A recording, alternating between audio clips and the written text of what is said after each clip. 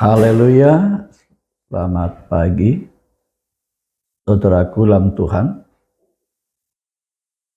Sebagaimana kita ketahui bahwa lembaga pendidikan sekolah penuh memiliki konsep penuh Bible teaching, yakni sebuah proses pengajaran firman Tuhan yang mengajar tentang firman Tuhan kepada semua siswa atau peserta didik dalam mencapai tujuan pendidikan yang menyelamatkan.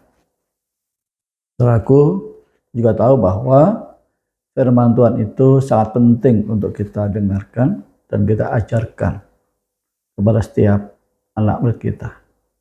Salam jumpa dalam PBT Penuh Bible Teaching. Haleluya, Tuhan. Visi sekolah penuh adalah membentuk generasi yang cerdas, spiritual, intelektual, dan sosial.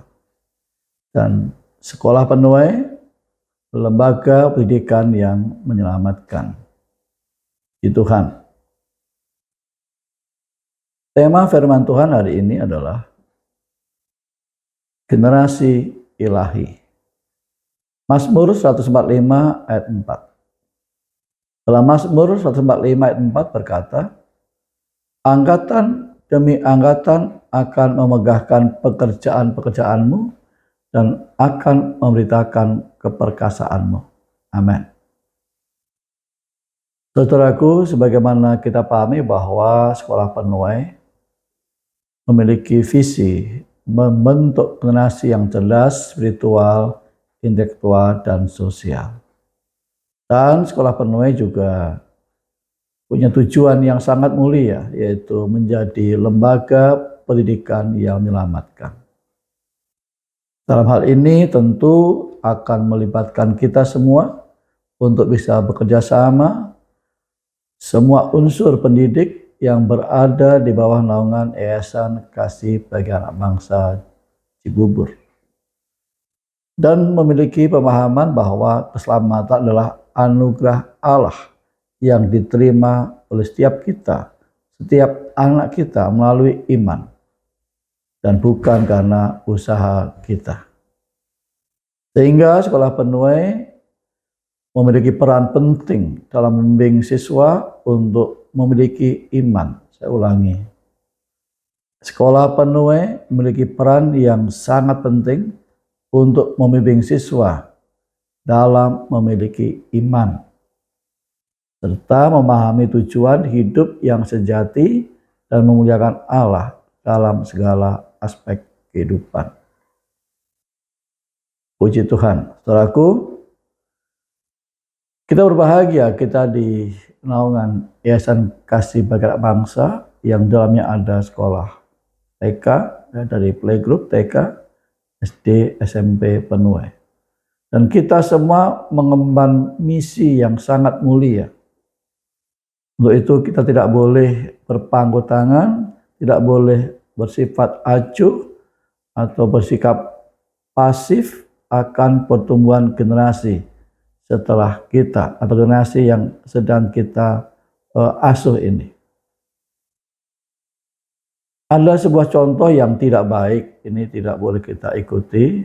Di Alkitab itu dikisahkan ada seorang raja, nama rajanya Raja Hizkia. Dia berkata, setelah mendapat teguran dari seorang nabi, dia berkata, asal ada damai dan keamanan seumur hidupku. Dia raja yang hanya mementingkan zamannya. Zamannya penting damai, hidup makmur, setelah itu masa bodoh. Itu tercatat dalam 2 Raja-Raja 20 ayat 19. Tapi kita tentu beda. Ya, beda dengan Raja Hizkia, kita pasti punya komitmen untuk menghadirkan generasi yang ilahi. Untuk itu, bagaimanakah sikap kita dalam menghadirkan generasi yang ilahi? Yang pertama adalah memiliki jiwa pahlawan, jiwa patriot. Seperti dalam Mazmur 127 ayat 4 sampai 5. Di sana dikatakan, seperti anak-anak panah di tangan pahlawan, demikianlah anak-anak pada masa muda. Berbahagialah orang yang telah membuat penuh tabung panahnya dengan semuanya itu. Ia tidak akan mendapat malu apabila ia berbicara dengan musuh-musuh di pintu gerbang. Menjadi seorang pahlawan, berjiwa patriot, terkenal dengan keberaniannya, dengan tekadnya.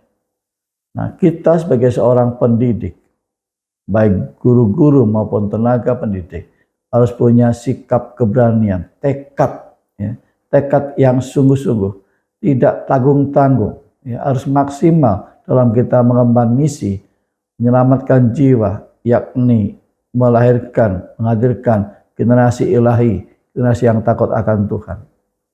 Seorang pahlawan juga dikenal dengan pengorbanannya, ya, pengorbanan dalam membela kebenaran atau berjuang dengan gagah berani. Nah, seorang guru, para dewan pendidik harus punya jiwa yang rela berkorban. Sehingga dulu ada suatu istilah, yakni guru itu pahlawan tanpa tanda jasa, tetapi jasanya tetap dikenang oleh setiap generasi kita. Mereka bisa baca tulis, bisa calistung karena jasa seorang guru. Dan negara kita tegak berdiri hingga saat ini adalah karena hadirnya seorang guru. Untuk itu jadilah guru yang berjiwa sebagai seorang pahlawan. Untuk itu dengan jiwa seorang pahlawan, yakni para guru, para pendidik, ini kita akan menghadirkan generasi yang ilahi. Tanpa jiwa kepahlawanan, jiwa patriot dalam diri kita, tidak mungkin generasi yang ilahi ini dapat hadir. Puji Tuhan. Yang kedua, selain kita punya jiwa seorang pahlawan, yang kedua adalah kita harus sehati, ya. Kita harus sepakat, satu tujuan dalam kita menyiram iman anak-anak, ya, menyirami iman anak-anak murid kita yang kita kasihi dengan kasih yang tulus agar iman mereka dapat bertumbuh dengan baik. Sepakat, ya, antara manajemen dan para guru dengan peserta pendidik semuanya sepakat satu tujuan, dari gerbang sampai ke ruang-ruang kelas, guru-guru dan semua peserta pendidik itu ada kesehatian. Satu tujuan, yaitu membawa mereka bertumbuh menjadi generasi yang ilahi. Dalam Injil Matius 18, ya, dalam Injil Matius 18 ayat 19 sampai 20, dan lagi aku berkata kepadamu, jika dua orang daripadamu di dunia ini sepakat meminta apapun juga, permintaan mereka itu akan dikabulkan oleh Bapakku. Dikabulkan oleh Bapakku yang di surga. Sebab di mana dua atau tiga orang berkumpul dalam namaku, situ aku akan ada di tengah-tengah mereka. Puji Tuhan. Satu kata, sepakat, ya, sehati dalam kita menghantar anak-anak menjadi generasi yang ilahi, generasi yang atau angkatan yang akan memegahkan nama Tuhan.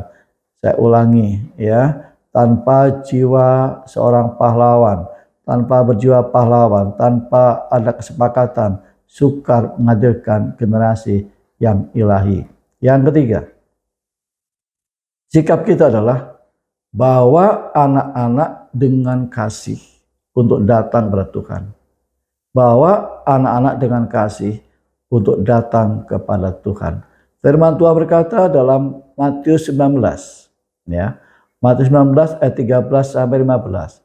Lalu orang membawa anak-anak kecil kepada Yesus supaya ia meletakkan tangannya atas mereka dan mendoakan mereka. Akan tetapi murid-muridnya memarahi orang-orang itu. Tapi Yesus berkata, biarkanlah anak-anak itu datang, janganlah menghalang-halangi mereka datang padaku. Sebab orang-orang seperti itulah yang empunya kerajaan surga. Lalu ia meletakkan tangannya atas mereka dan kemudian ia berangkat dari situ. Dalam hal ini penting, kita harus sehati sepakat bahwa anak-anak datang kepada Tuhan. Jangan menghalang-halangi mereka. Ada satu warning, peringatan yang keras dari Tuhan bahwa untuk setiap yang menghalangi anak-anak datang kepada Tuhan, firman-Nya demikian keras sekali. Tetapi ini dalam Matius 18 ayat 6 dan 10 ya, Matius 18 ayat 6 dan 10.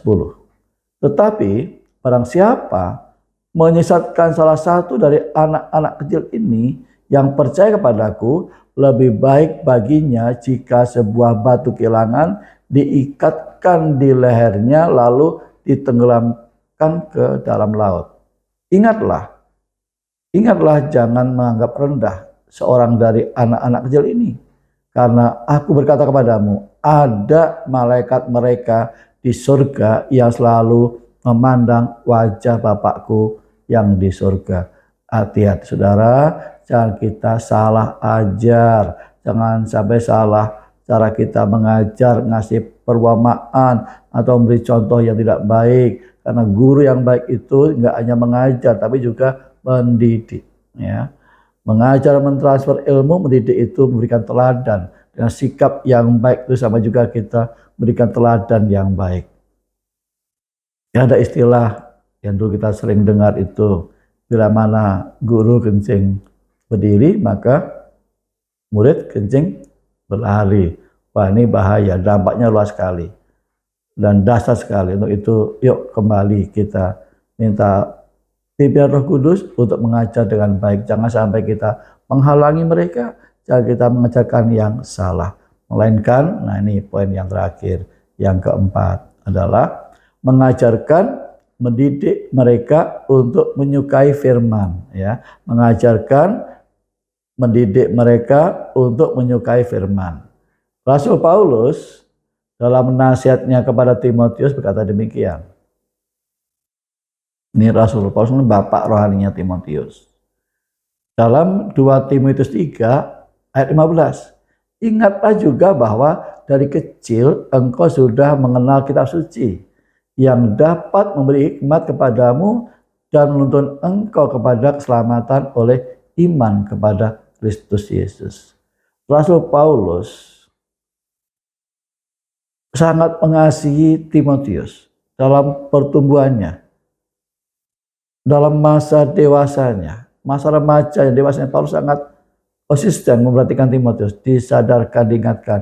Ingat ya Timotius, dari kecil engkau sudah mengenal kitab suci, sudah kenal firman. Jadi penting kita para guru, para pendidik sejak usia dini anak-anak kita kasih firman. Masukkan firman Tuhan dalam setiap kita mengajar. Di poin-poin apa kita masukkan firman, silahkan. Untuk itu seorang guru juga yang pertama harus mengerti firman, memahami firman. Setelah kita memahami firman, mengerti firman, kita masukkan, kita sisipkan nilai-nilai firman itu kepada setiap kita berdiri di depan kelas untuk mengajar mereka. Dan Timotius juga mendapat nasihat yang luar biasa dari Paulus. Dikatakan, sementara itu sampai aku datang, bertekunlah dalam membaca kitab-kitab suci, dalam bangun dan dalam mengajar. Jadi kitab suci itu berguna untuk membangun jiwa bagi orang yang menekuninya.